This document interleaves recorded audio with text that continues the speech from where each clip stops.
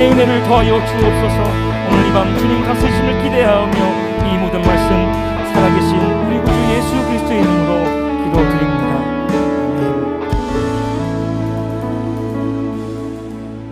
아멘. 참 좋으신 우리 주님 감사합니다. 하나님, 이 시간 우리가 주님의 은혜에 목말라 주님의 은혜를 하나님 공급받고자 또 이 자리에 나왔습니다.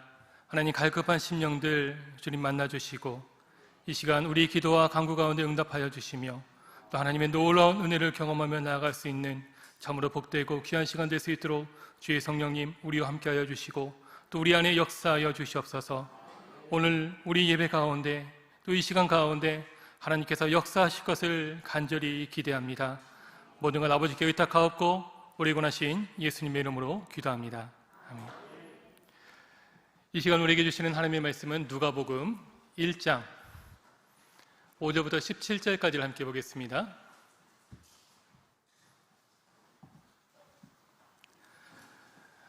누가복음 1장 5절부터 17절까지 말씀을 한 절씩 교독한 후에 마지막 17절은 다 같이 합독하겠습니다.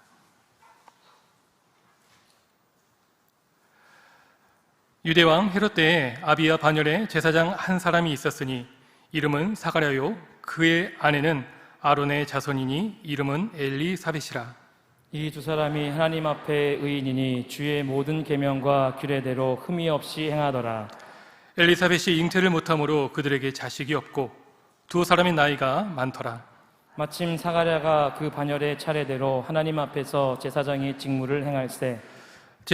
제사장의 전례를 따라 제비를 뽑아 주의 성전에 들어가 분향하고 모든 백성은 그 분향하는 시간에 밖에서 기도하더니 주의 사자가 그에게 나타나 향단 우편에 선지라. 사가랴가 보고 놀라며 무서워하니 전사가 그에게 이르되 사가랴여 무서워하지 말라. 너의 간구함이 들린지라. 내 아내 엘리사벳이 내게 아들을 낳아 주리니 그 이름을 요한이라 하라. 너도 기뻐하고 즐거워할 것이요 많은 사람도 그의 태어남을 기뻐하리니 이는 그가 주 앞에 큰 자가 되며 포도주나 독한 술을 마시지 아니하며 모태로부터 성령의 충만함을 받아 이스라엘 자손을 주 곧 그들의 하나님께로 많이 돌아오게 하겠습니다.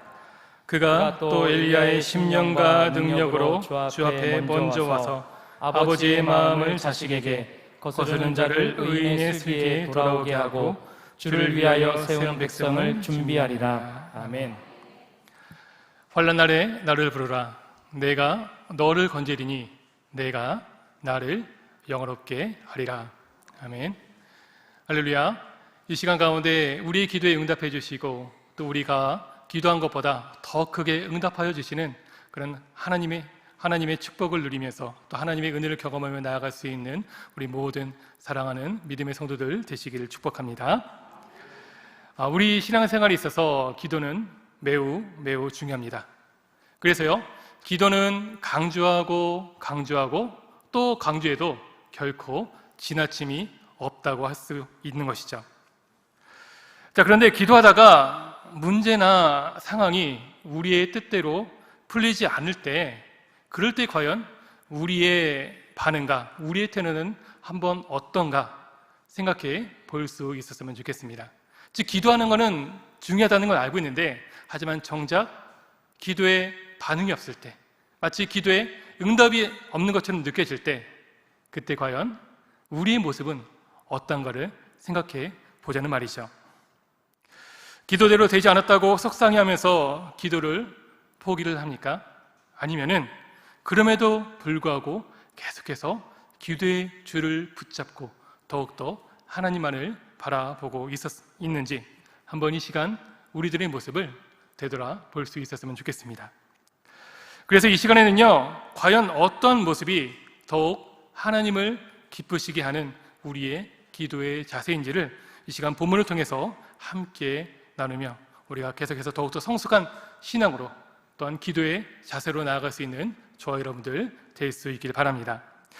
자, 우리가 오늘 나눌 본문은요, 바로 누가복음인데요. 누가복음은 1장 1절에서 4절까지 이 서문을 지나서 이제 5절부터 유대왕 헤롯 때에 있었던 제사장의 한 제사장 부부의 이야기로 그렇게 시작이 되고 있습니다.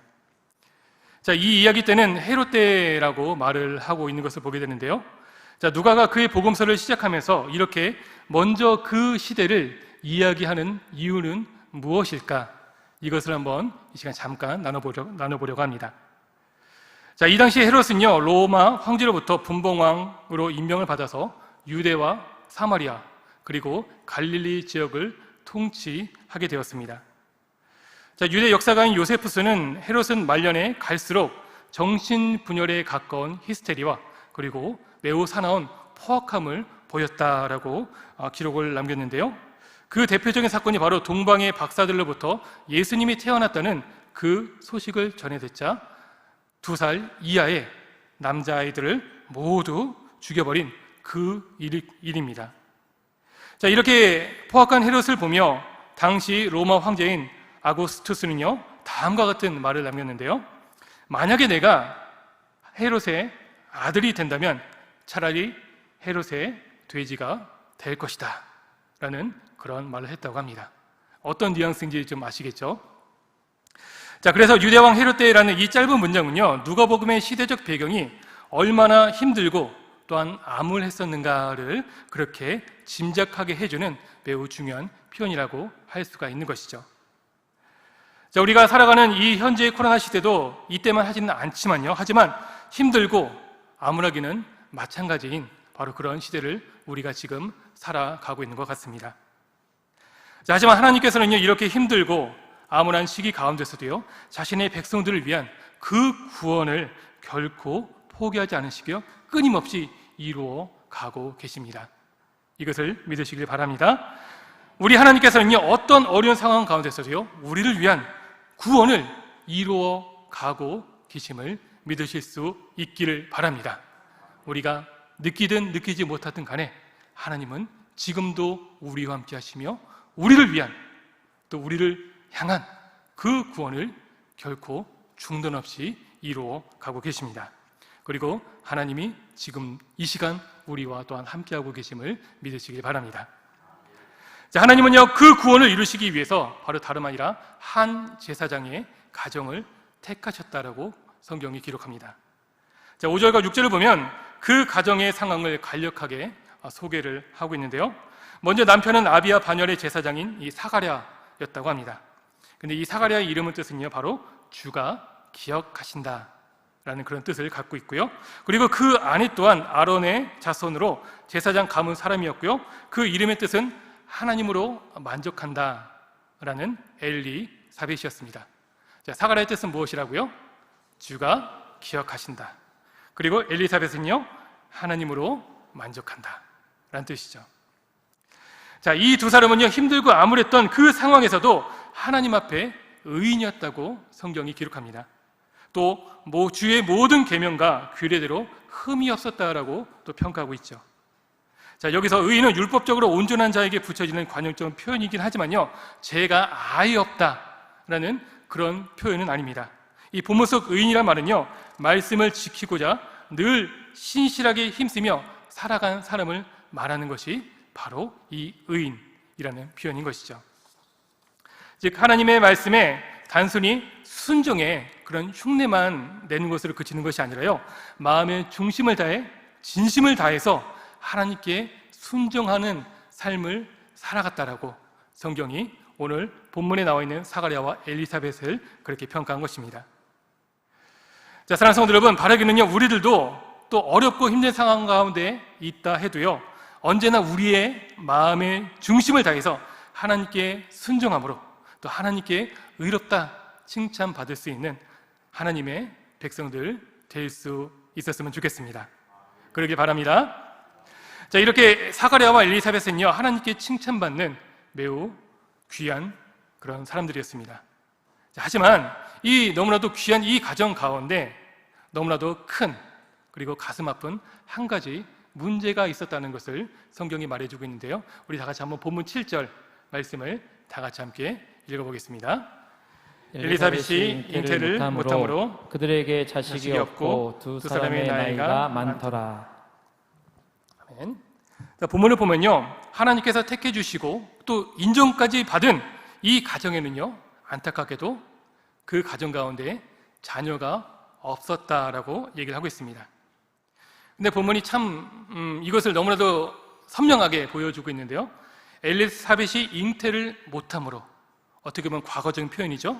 그리고 그들에겐 자식이 없고, 현재적인 표현이라고 할 수 있습니다. 그리고 두 사람의 나이가 많더라. 나이가 많기 때문에 앞으로도 자녀가 없을 것이다. 과거, 현재, 미래적으로 아예 어떤 희망도 없는 그런 상태라는 것을 확실하게 본문이 보여주고 있습니다. 자, 지금도 불임은 당사자와 주위 사람들을 매우 고통스럽고 힘들게 하고 있습니다. 그런데 이 당시 불임은 그 자체가 매우 심각한 수치였고요, 그리고 매우 큰 고통이었습니다.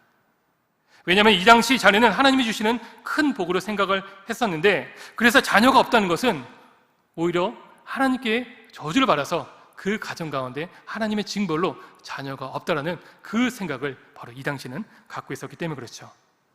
게다가 본문은 그들이 나이가 많았다고 합니다. 이것은 이제 현실적으로 그 어떤 변화도 어떤 소망도 그들에게는 전혀 기대할 수 없는 그 절망적인 상황이 바로 사가랴와 엘리사벳 가정의 상황이었다라고 얘기를 하고 있는 것이죠.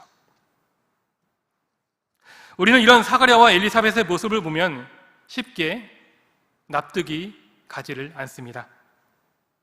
그 이유는 우린 보통 하나님을 공경하고 또 의롭게 살아간다면요, 하나님께 복을 받고 또 모든 게 잘 돼야 된다라고 생각하는 것이 은연중에 갖고 있는 바로 저와 여러분들의 그런 어떤 생각이기 때문에 그렇죠. 그래서 이 생각을 따른다면 엘리사벳도 분명 하나님께 복을 받아서 자녀가 있어야 자연스러운 그런 모습일 것입니다. 그것도요, 아주 많이 있어야지 자연스럽게 우리가 그 모습을 바라볼 수 있을 것이죠. 하지만 현실은 그렇지 못했습니다. 자, 아무튼 하나님을 믿고 하나님을 공경하면서 또 하나님께 순종하는 대로 또 복을 받아야 된다라는 이런 생각에 대해서요, 팀 켈러 목사님은 탕구 하나님이라는 그의 책에서 이것을 바로 도덕주의적인 신앙 또는 율법주의적인 신앙이다라는 그런 말을 했습니다. 이 도덕주의적인 신앙을 갖고 살아가는 사람들은요, 겉으로는 하나님께 순종하는 것 같아 보여도요, 하지만은 실제로는 그 충성으로 하나님을 좌지우지하려는 위치에 서려 한다라고 지적을 하고 있죠. 즉 충성이 순수한 충성이 아니라 내가 이만큼 충성한 만큼 내가 하나님께 복을 받을 수 있어. 하나님은 나한테 복을 받아야, 하나님은 나한테 복을 주셔야만 해. 그렇지 않으면 하나님은 하나님이 아니야 라고 생각하는 게 바로 이 도덕주의적인 신앙의 모습이란 것이죠. 그래서 이들은 만약에 말씀에 순종했음에도 자신이 원하는 대로 되지 않으면요, 쉽게 그 상황과 또 그 상황을 허락해 주신 하나님께 불평하고 화를 쏟아냅니다. 또 그렇게 하는 것이 당연하다라고 여기고 있죠. 왜냐하면 자신은 하나님께 충성했기 때문에 그만한 보상을 받아야 된다라는 생각이 있기 때문에 그렇습니다. 즉 도덕주의적인 삶은 하나님께 충성하고자 한 그 일들로 인해 오히려 하나님께 반항해도 된다는 마음을 갖게 만드는 것이죠. 자, 사랑하는 성도 여러분, 혹시 우리도 하나님을 향해 이런 도덕주의적인 그런 생각을 갖고 있지는 않은지 이 시간 한번 우리들의 모습들을 되돌아 볼 수 있었으면 좋겠습니다.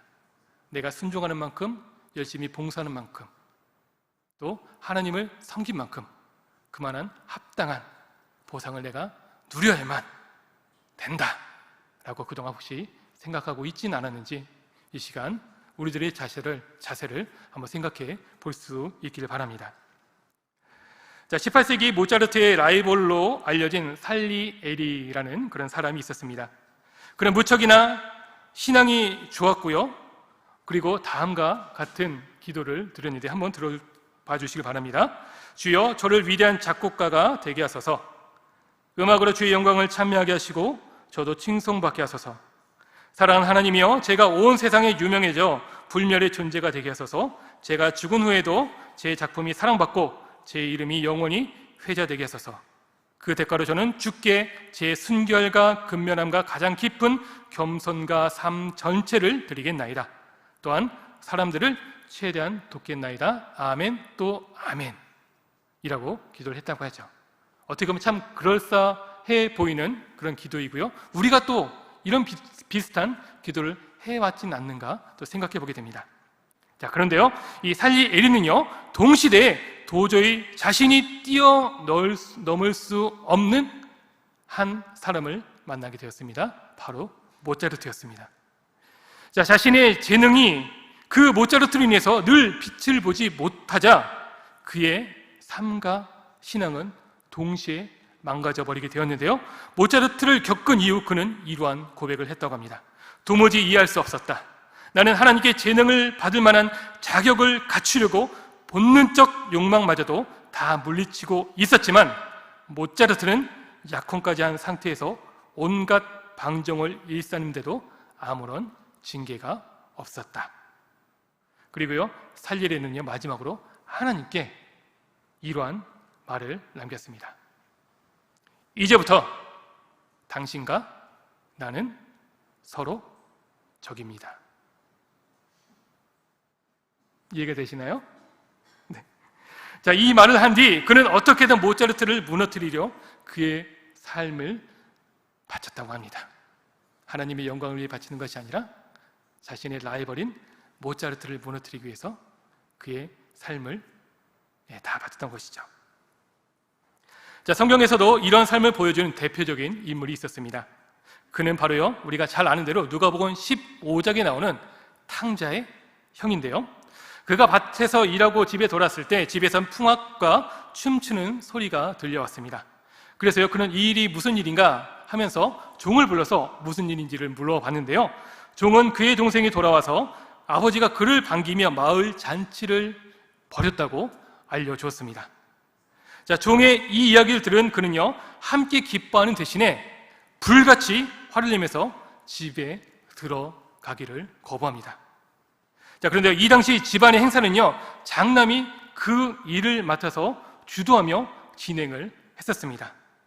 그런데요, 마땅히 그 일을 해야 될 그 이름 모를 첫째는요, 그 당연히 해야 될 일마저도 거부하고 만 것이죠.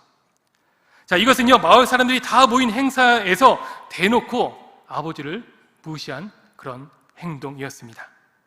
자, 그러면서 첫째는 스스로 화를 내면서 아버지에게 수치를 주는 그 일에 합리화하면서 자신은 여러 해 아버지를 섬기며 말씀을 어긴 적이 없었는데 그런 자신에게는 친구들과 즐길 수 있는 염소 새끼도 하나 주지 않으면서 집안 살림을 다 날려버린 동생을 위해서 살진성을 잡았는데 내가 어떻게 그 집에 가서 이를 도우며 함께 즐거워할 수 있겠습니까? 라며 아버지한테 화를 내고 있는 것이죠. 자, 그런데 여기서 주목할 것은요, 이 아버지께 대답하여 라는 이 문장을 제외하면요, 한글 성경에 두 번 더 나온 이 아버지란 말이 실제 헬라어 본문에서는요, 바로 당신이란 표현으로 사용이 된 것입니다. 아버지가 면전에 있는데 당신이라고 한 거죠. 예, 우리 집에서 아버지가 있는데 당신이라고 하면 어떻게 되죠? 큰일 나죠? 네, 그런데 이 첫째는요, 바로 아버지 면전에서 그것도 너무나도 좋은 날 아버지를 매우 곤란하게 하면서 그 아버지 면전에서 당신 그렇게 하고 있는 것입니다. 그러면서 또한 30절을 보면요, 이 아들로 번역된 헬라어도 바로 당신의 이 아들이라고 부르고 있습니다. 성도 여러분, 이 표현들이 의미하는 게 과연 뭘까요? 그것은 첫째 아들이 아버지를 아버지라 부르는 것을 거부하며, 누구는 아버지를 아버지라 부르지 못한 것에 통탄했는데 이 첫째는요, 스스로 아버지로 부르는 것을 거부한 거죠. 그리고 자신도 스스로 아버지와 그 관계가 단절됐다는 것을 이 표현을 통해서 말하고 있는 것입니다. 게다가 첫째 이 행동은 마을 사람들이 다 모여있는 그 공식적인 자리에서 한 일이었다는 것을 우리가 생각해 봐야 되죠. 이것은요, 무척이나 심하게 그의 아버지에게 모욕과 수치를 주는 행동이었습니다. 자, 그렇다면 여기서 한번 퀴즈를 내겠습니다. 자, 과연 아버지의 재산을 갖고 먼 나라에 가서 탕진해서 거짓걸로 돌아온 이 둘째 아들이 더 나쁜 아들일까요? 아니면은 온 가족 사람들이 온 마을 사람들이 다 같이 있는데 그 아버지 면전에 모욕과 수치를 두고 그 아버지를 향해서 당신하고 하는 이 첫째가 더 나쁜 거식일까요? 네, 과연 어떨까요? 둘 다 나쁜 거죠. 그런데요, 제가 생각할 때는 첫째가 더 거시기한 거시기가 아닌가 생각이 됩니다. 왜냐하면 둘째는 그래도 아버지랑 좀 개인적으로 그렇게 했는데, 이 첫째는 대놓고 온 마을 사람들이 함께 있는, 그리고 함께 즐거워하는 그 자리에서 이런 일을 벌였기 때문에 그렇죠. 그래서 아버지의 어떤 권위, 아버지의 어떤 그 위험에 심각한 손상을 초래하고, 그리고 그 아버지의 가슴에 정말 큰 대못을, 둘째보다도 더 큰 대못을 박은 게 바로 첫째가 아닌가, 저는 생각이 되어지고 있습니다. 아무튼 다시 본론으로 돌아오면요, 사가랴와 엘리사벳은 경건한 신앙으로 율법에도 흠 없이 하나님께 최선을 다하는 삶을 살았습니다. 하지만 그럼에도 불임이라는 고통을 안고 힘겹게 그렇게 삶을 살아갔어야만 했죠. 경건한 가정에 이러한 고통은요, 분명 견디기 힘든 일이었고 도저히 받아들일 수 없는 그런 일이었을 것입니다. 그리고 이것은 정말 모순처럼 여겨졌을 것이죠. 그런데 만약 사가랴와 엘리사벳이 앞서 말했던 이 도덕주의적인 그런 신앙을 갖고 있었다면 그들은 아마도 살리 엘이나 첫째 아들처럼 하나님을 대했을 것입니다. 그리고 아마 이렇게 말했을 것이죠. 하나님, 내가 이렇게까지 하나님 당신을 섬겼는데 하나님은 어떻게 나한테 이러실 수 있으십니까? 충분히 그럴 수 있었을 것입니다. 자, 하지만요, 이 아름다운 가정은요, 변함없이 하나님을 향해 신실했습니다. 사랑하는 성도 여러분, 이렇게 어떤 상황에도 구애받지 않는, 그리고 자신이 원하는 대로 삶이 풀리지 않을지라도 변하지 않는 그 신실함이, 하나님을 향해 있는 그 신실함이 있는 우리의 신앙이 될 수 있기를 바랍니다. 그런 신앙이 되길 바랍니다. 자, 그런데 사랑하는 성도 여러분, 혹시나 우리의 삶이 하나님 앞에 경건하고 의롭게 살아가도록 노력하는데도, 그럼에도 우리를 찾아오는 알 수 없는 성도의 고난과 의인의 고통이 혹시 우리 가운데 있지 않는지 모르겠습니다. 그래서 도저히 현 상황을 받아들일 수 없고, 또 하나님이 이해가 되지 않고, 또 모든 것을 다 포기하고 싶은 그런 모습들이 혹시나 저와 여러분들 우리 가운데 있진 않는지 모르겠습니다. 성도 여러분, 바라기는요, 하지만 그럼에도 불구하고 이 사가랴와 엘리사벳처럼 하나님 앞에 경건하고 신실하게 나아갈 수 있는 우리의 신앙이 될 수 있었으면 좋겠습니다. 자, 하나님은요, 우리가 이해할 수 없는 상황을 통해서도요, 오히려 우리에게 우리가 생각지도 못한 더 큰 계획을 이루어 가시는 분이 바로 우리가 믿는 하나님, 저의 하나님, 그리고 여러분의 하나님, 우리 하나님 되심을 믿으시기 바랍니다. 그리고 지금도 하나님은 우리 가운데 그 계획을 이루어 가고 계십니다. 자, 우리가 이것을 또한 어떻게 확인해 볼 수 있을까요? 우리 본문 8절에서 12절까지를 보면요, 하나님의 그 아름다운 모습들이 또 확인이 되어지고 있습니다. 좀 길지만요, 우리 본문 8절부터 12절까지를 함께 읽어 보겠습니다. 마침 사가랴가 그 반열의 차례대로 하나님 앞에서 제사장의 직무를 행할세. 제사장의 전례를 따라 제비를 뽑아 주의 성전에 들어가 분향하고, 모든 백성은 그 분향하는 시간에 밖에서 기도하더니 주의 사자가 그에게 나타나 향단 우편에 선지라. 사가랴가 보고 놀라며 무서워하니. 아멘. 자, 8절을 보면요, 마침 뭐라고요? 마침 사가랴가 그 반열대로 하나님 앞에 제사장의 직무를 행하는 중이었다고 합니다. 그리고 9절을 보면 제사장 전례에 따라 제비 뽑기로 성전에 들어가 분향을 했습니다.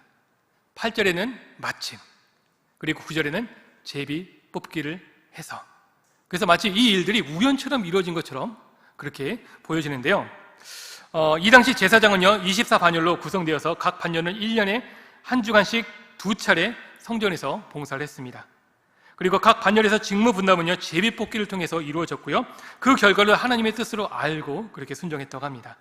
자, 그런데 성소에서 분향하는 일은요 약 2만 명이 넘는 제사장들에게 일평생 한 번 올까 말까한 매우 특별한 기회였는데요. 그래서 이렇게 뽑힌 사람은 그야말로 그 일에 대해서 가문의 영광으로 알았다고 합니다. 자, 그런데 사가랴는 이 제사장의 절차에 따라서 택함을 받고요 성소에서 분향을 하게 되었습니다.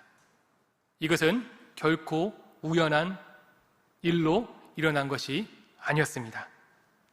우리가 갖고 있는 믿음은요 모든 일에는 하나님의 계획하심이 있고요 그리고 그 계획하심을 이루어가는 하나님의 섭리가 있다는 것이죠.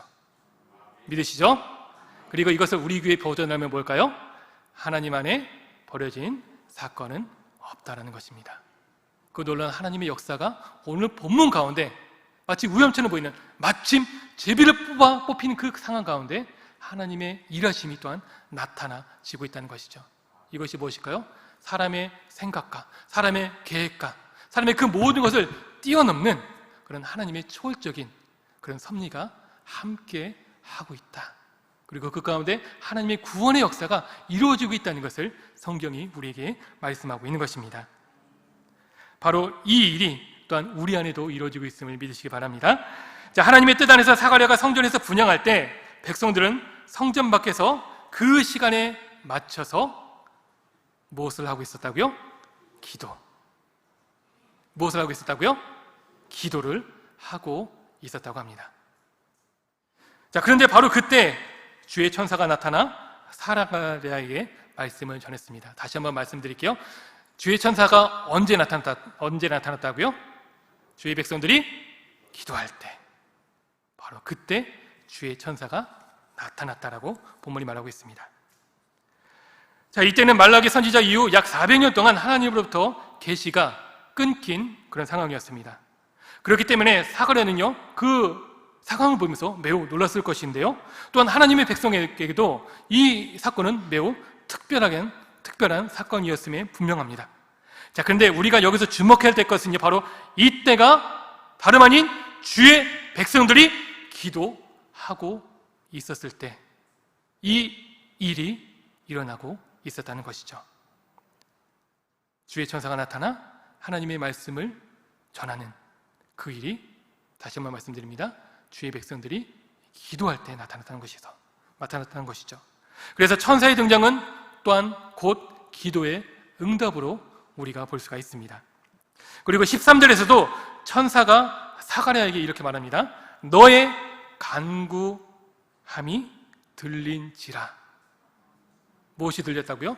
너의 간구함이 들린지라 라는 이 말을 통해서도 바로 이 모든 것은 바로 기도할 때 하나님이 들어주시고 또 그에 대한 응답으로 이 모든 일들이 이루어지고 있다는 것을 우리가 확신할 수가 있는 것이죠. 사랑하는 성도 여러분, 기도할 때 하나님은 우리의 간구를 들으시고요 또 반드시 응답하시는 분이 우리 하나님됨을 믿으시기 바랍니다. 한번 다 같이 한번 따라해 볼까요? 기도할 때 하나님은 응답하신다. 이것을 잊지 마시기 바랍니다. 자, 이처럼 400년이란 긴 침묵을 깨고요 고통받던 한 가정과 하나님의 백성에게 성취된 이 기도 응답 속에 과연 또한 하나님은 어떠한 말씀으로 함께 하셨을까? 이것을 또한 우리가 확인해 보기를 원합니다. 우리 다 같이 한번 또한 13절부터 17절까지 말씀을 보면서 그 내용에 대해서 확인해 보겠습니다. 천사가 그에게 이르되 사가랴여 무서워하지 말라. 너의 간구함이 들린지라. 내 아내 엘리사벳이 내게 아들을 낳아 주리니 그 이름을 요한이라 하라. 너도 기뻐하고 즐거워할 것이요 많은 사람도 그의 태어남을 기뻐하리니 이는 그가 주 앞에 큰 자가 되며 포도주나 독한 술을 마시지 아니하며 모태로부터 성령의 충만함을 받아 이스라엘 자손을 주 곧 그들의 하나님께로 많이 돌아오게 하겠습니다. 그가 또 엘리야의 심령과 능력으로 주 앞에 먼저 와서 아버지의 마음을 자식에게 거스르는 자를 의인의 슬기에 돌아오게 하고 주를 위하여 세운 백성을 준비하리라. 아멘. 자, 천사는요 먼저 사가랴의 이름을 부르면서 두려워하지 말라 라고 안심시킵니다. 그러면서 사가랴 부부의 간구를 하나님께서 들어주셨고요. 그리고 그 응답으로 여호와는 은혜로우시다 라는 이름의 뜻을 지닌 바로 요한이라는 아들을 약속해 주셨습니다. 근데 참 이름도 너무나 은혜로운 것 같아요. 맨 처음에 사가랴 이름의 뜻이 무엇이라고요? 주가 기억하신다. 또 엘리사벳의 이름의 뜻은 뭐라고요? 하나님만으로 만족한다. 이 모든 것은 다 하나님의 은혜이다. 그래서 어떻게 보면 이름대로 그의 삶이 어떤 축복을 받는 것이 아닌가, 또 그런 생각도 한번 해보게 되었습니다. 자, 아무튼요, 천사는 요한의 출생은 사가랴 가정의 기쁨이 되지만 또한 많은 사람들도 그로 인해서 기뻐하게 될 거라는 말씀을 주셨습니다. 천사가 전한 하나님의 말씀은 하나님께서 약속하신 이 아들을 통해 그동안 자녀가 없어 수치와 고통 중에 있던 한 가정에게 기쁨이 되어주고요, 그리고 그 가정의 기쁨이 로마의 압제와 섭정왕 헤롯의 흉포에 지쳐있는 하나님의 백성에게도 전해진다는 말씀을 약속을 하신 것이죠. 천사는 요한이 이 일을 위해 하나님의 백성들을 죄에서 돌이켜 하나님께로 돌아오게 하는 구약 선지자와 같은 그 역할을 할 것이다 라고 말씀하셨습니다. 다시 말해 엘리야의 심령과 능력으로 아비의 마음을 자식에게, 거스르는 자를 의인의 슬기에 돌아오게 하는 바로 그 일을 바로 오늘 기도의 응답 가운데 약속해 주신 이 아들을 통해서 이루어 주겠다. 그리고 이 일을 통해서 그 가정 가운데 기쁨이 되며 더욱더 하나님의 백성 가운데 많은 백성들에게도 기쁨이 되게 해주겠다 라고 말씀해 주신 것이죠. 성도 여러분들, 이것이 바로 하나님의 약속의 응답의 모습임을 믿으시길 바랍니다. 우리가 기도한 것보다 더 크게, 더 놀랍게 역사하시며 또 우리가 미처 알지도 못했던 하나님의 그 구원의 놀라운 역사들을 바로 하나님은 우리의 기도를 통해서 이루어 가고 지금도 우리의 그 기도를 기다리고 계심을 믿으시길 바랍니다. 믿으시길 바랍니다. 자, 그리고 이제 성취된 이 예언을 통해서 요한은요, 그 시대에 누구도 상상하지 못한 바로 우리 구주 예수 그리스도의 앞길을 준비하는 시대의 사명자가 되었습니다. 단순히 하나님의 기도의 응답이 아니라 바로 이것은요, 말라기 4장 5절과 6절이 나와 있었던 또 하나님의 예언의 성취이기도 한 것이죠. 우리 다 같이 한번 말라기 4장 5절 6절 또 함께 읽어보겠습니다. 시작. 보라, 여호와의 크고 두려운 날이 이르기 전에 내가 선지자 엘리야를 너희에게 보내리니 그가 아버지의 마음을 자녀에게로 돌이키게 하고 자녀들의 마음을 그들의 아버지에게로 돌이키게 하리라. 돌이키지 아니하면 두렵건대 내가 와서 저주로 그 땅을 칠까 하노라 하시니라. 아멘. 아멘. 하나님은 우리 기도 가운데 이렇게 놀랍게 역사하심을 믿으시길 바랍니다. 그래서요, 성도 여러분, 우리는 이 본문을 통해서 우리가 알 수 있는 매우 중요한 교훈인데요, 그것은 바로 다름이 아니라 하나님의 오랜 침묵은 우리가 볼 때 거절 같고 또 하나님께서 우리를 무시하는 것처럼 보이지만은 하지만 결코 하나님의 침묵은 우리에게 거절이 아니라는 사실이죠. 따라해 볼까요? 하나님의 침묵은 거절이 아니다. 자, 하나님은요, 오랜 침묵 끝에 경건한 사가랴 가정과 이스라엘 간구에 응답하심으로 아들을 약속해 주셨고요, 그리고 이 응답과 약속은 그 옛날 아브라함이 이삭을 낳을 때처럼 기쁨과 구원의 역사가 되었습니다.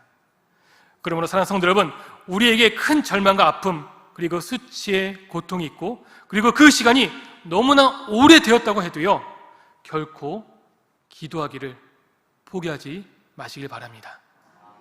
그리고 하나님을 포기하지 마시길 바랍니다. 낙담하지 마시길 바라고요, 하나님을 원망하지 않았으면 좋겠습니다.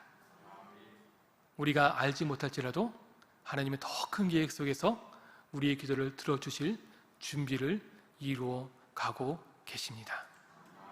그렇기에 더욱더 기도에 힘쓰며 부르짖는 우리의 믿음이 되기를 바랍니다. 하나님은요, 우리의 가장 큰 절망을 가장 큰 기쁨으로 바꾸실 수 있는 분입니다. 그래서 아무리 어렵고 절망적인 상황이라 할지라도요, 하나님은 우리의 구원을 또한 반드시 이루어감을 믿으시길 바랍니다. 그렇기에 우린 하나님을 믿어야 하고요, 그리고 그 믿음으로 우리의 상황에 낙심하지 말고 끝까지 부르짖으며 하나님께 기도로 나아갈 수 있기를 바랍니다. 아멘.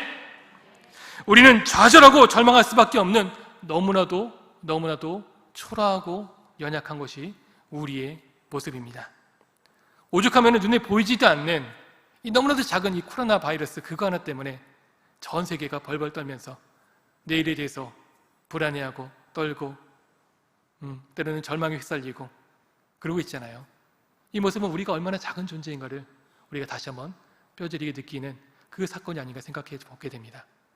그러면서 우리가 더욱더 하나님을 붙잡아야 되는 그런 또한 축복의 돌이킴의 시간이라는 것을 믿으시길 바랍니다.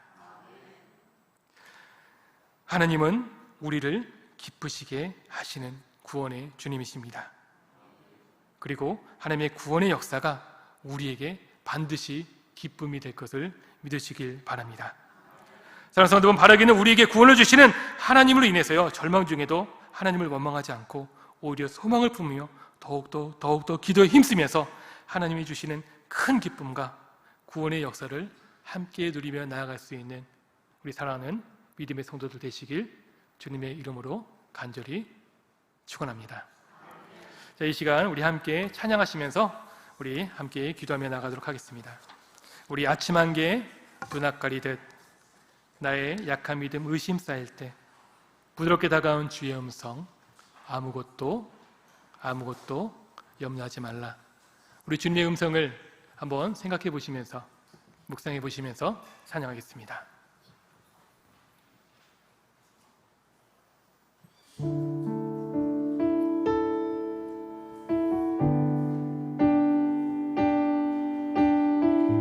함께 찬양합시다. 아침 한개 눈앞 가리듯 아침 한개 눈앞 가리듯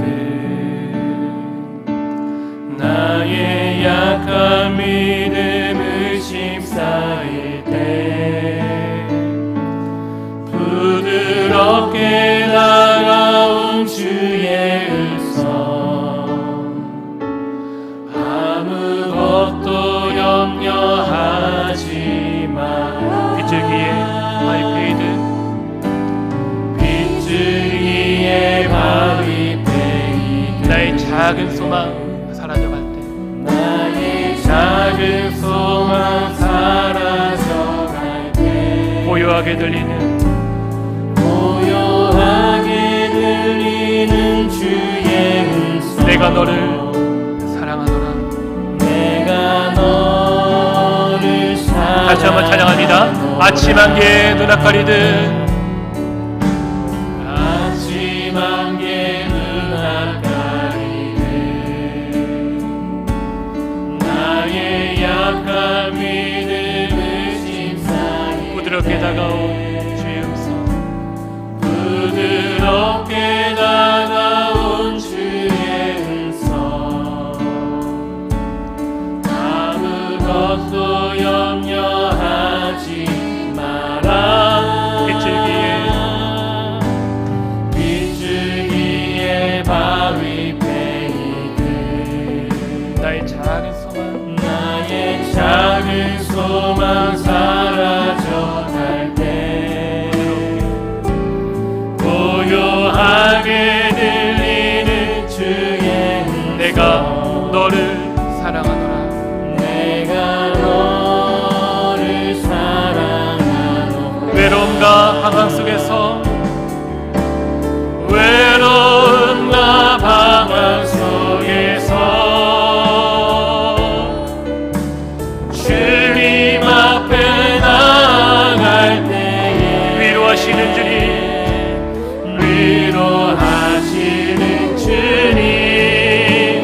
나를 도우사 산한 나의 마음 감싸주시네. 십자가의 보혈로서 주의 크신 사랑 알게 하셨네. 주님께 감사하리라. 언제나 그야말로 다시 한번 찬양합니다. 아침 한개 눈앞 가리는 아침 한개 눈앞 가리는 나의 약한 믿음을 심사할 때 나의 약한 믿음을 심사할